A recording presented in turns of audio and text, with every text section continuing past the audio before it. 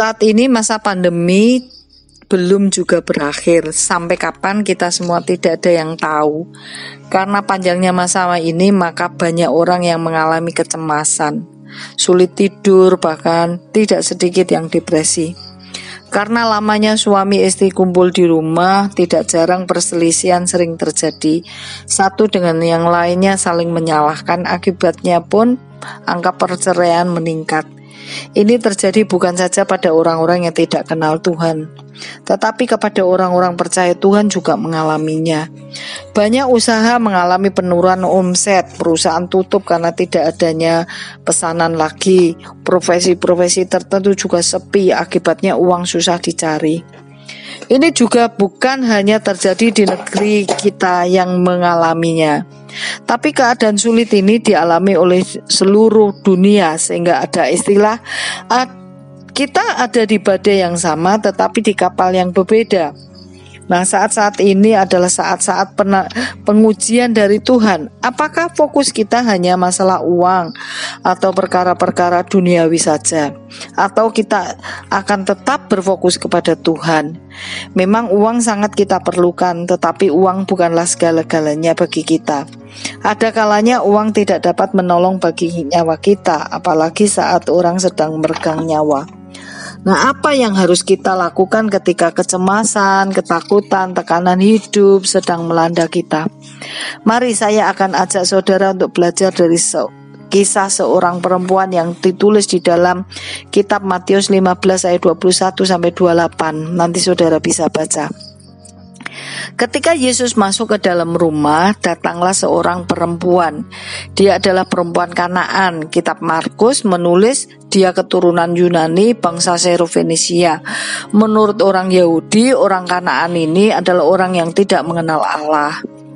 Ketika ia menghadapi masalah yang berat dalam hidupnya, perempuan ini datang kepada Yesus dan berseru, "Kasihanilah aku ya Tuhan, anak Daud, karena anakku perempuan kerasukan setan dan sangat menderita." Apa reaksi Yesus? Tetapi Yesus sama sekali tidak menjawabnya. Bahkan murid-muridnya juga mengusirnya. Yesus berkata, "Aku diutus hanya kepada domba-domba yang hilang dari umat Israel." Sepertinya Yesus tuh mau bilang begini, kamu bukan targetku, kamu orang asing, aku datang hanya untuk orang keturunan Israel, umat pilihan Tuhan. Jadi dengan kata lain, tidak ada bagian untuk mendapat pertolongan dari Tuhan. Coba perhatikan sikap atau tindakan apa yang dilakukan oleh perempuan Kanaan ini. Ayat 25. Tetapi perempuan itu mendekat dan menyembah dia sambil berkata, "Tuhan, tolonglah aku." Nah, setelah diabaikan lalu ditolak oleh Yesus, perempuan ini tidak pergi, saudara, tapi justru mendekat dan menyembah dia.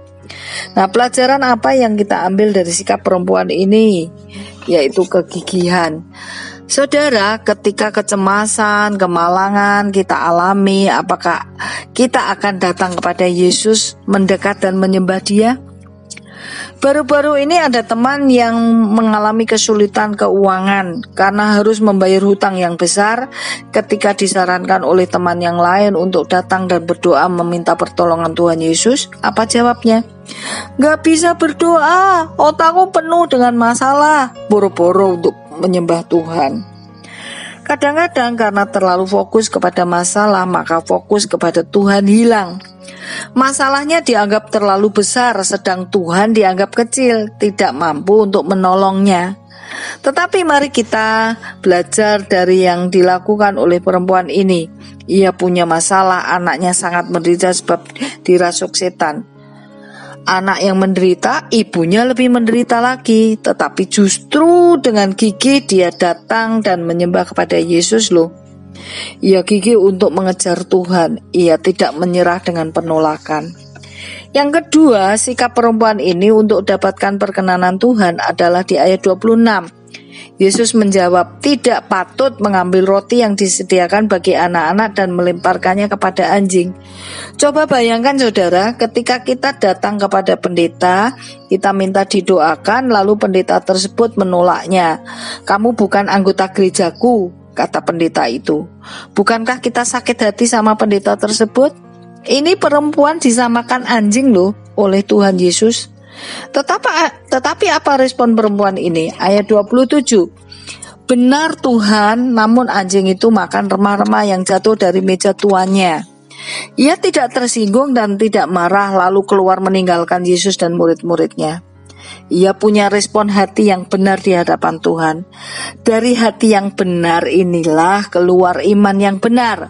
Tempat iman kita tumbuh adalah hati yang benar, hati yang pulih, hati yang murni, hati yang bersih, hati yang tidak ditumbuhi semak berduri, hati yang tidak iri melihat orang lain diberkati. Akibat sikap hatinya inilah Yesus memuji iman perempuan ini. Ayat 28. Maka Yesus menjawab dan berkata kepadanya, "Hai ibu, besar imanmu, maka jadilah kepadamu seperti yang kau kehendaki." Dan seketika itu juga anaknya sembuh. Tuhan itu menghargai orang-orang yang gigih untuk mengejar Tuhan, tidak mudah menyerah, tidak putus asa. Yang kedua, Tuhan mencari orang-orang yang percaya kepadanya, orang yang punya iman. Sebab hanya imanlah yang mengalahkan kemustahilan. Hanya melalui imanlah kita bisa menang dalam mengatasi kesulitan hidup ini. Apa yang saudara kehendaki dalam hari-hari ini dalam hidup saudara? Dilepaskan dari hutang-hutangmu kah? Disembuhkan dari segala penyakitmu kah? Atau dari segala ketakutanmu kah? Perempuan Syarofenisia ini sebetulnya tidak layak untuk ditolong, tetapi karena kegigihannya untuk mengejar Tuhan dan punya sikap hati yang benar, akhirnya mendapat kasih karunia Tuhan, mendapat perkenanan Tuhan. Apalagi kita yang sudah percaya dan menjadi anak-anaknya. Tuhan itu sangat peduli dengan kita. Untuk itu kejarlah Tuhan dengan gigih dan miliki hati yang benar. Dapatkan perkenanan darinya. Amin. Tuhan Yesus memberkati. Selamat pagi.